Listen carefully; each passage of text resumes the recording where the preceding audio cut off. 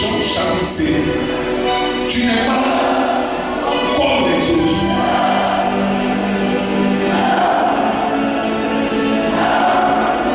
Qui tu es en réalité? Tu n'es pas comme les autres. Dis-moi ce passage.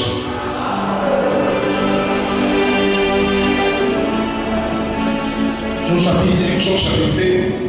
À partir du verset 2, il lit la parole de Dieu. Après cela, il eut une fête des Juifs. Et Jésus monta à Jérusalem. Bien aimé, l'objectif du succès, c'est de monter toujours plus haut.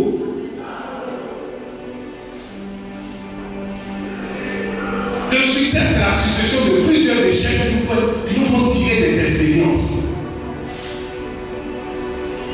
Jésus monta à Jérusalem.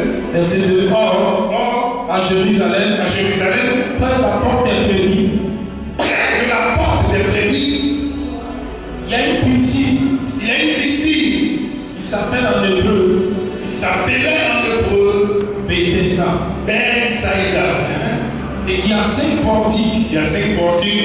Sous ces portiques étaient couchés un grand nombre de malades, des aveugles, des boiteux, des paralytiques, qui attendaient le mouvement de l'eau.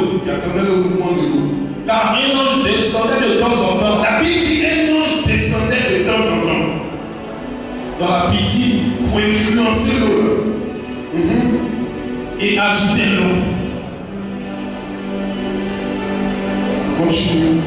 Et celui qui y descendait le premier, celui qui avait dans son esprit le descendre le premier, après que l'eau avait été agitée,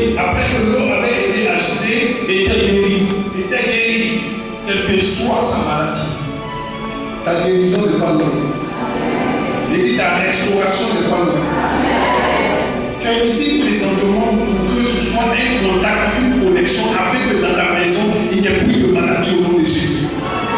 Tu sais, je parle, mais ça arrive. C'est pourquoi tu ne sais pas pourquoi je parle. Je parle parce que je sais que dans ta famille, présentement, nous tendons vers le fait, mais le petit argent que tu as, la petite chose que tu veux faire, ils vont venir t'expliquer un tas de maladies. Mais ta foi peut précéder la maladie qu'on va t'expliquer afin que tu ne déposes pas dans la maladie, pour que Dieu puisse faire que ce que tu as, tu puisses prendre pour pouvoir le glorifier et l'adorer. Je dis, pendant que tu es ici prophétiquement, ta maison devient comme Bethsaïda, pas le lieu, mais ta maison, l'entreprise, afin que s'il y avait une maladie, il y avait quelque chose d'incompréhensible, pendant que tu as, c'est la connexion de l'ange de Dieu sur ta vie, afin qu'il n'y ait aucune maladie sur ta vie, sur ta génération. Je prophétise dans la vie d'un homme, d'une femme, d'un enfant, d'un jeune homme ici ce soir, pour dire à compter de ce soir, en tant qu'autorité spirituelle, choisie par Jésus-Christ, poussée par l'Esprit de Dieu, je déclare sur ta vie que quelle que soit la maladie de génération, on dit qu'il y a tension, on dit qu'il y a hypocrisie, on dit qu'il y a mal à la tête, il y a des petites choses qui font que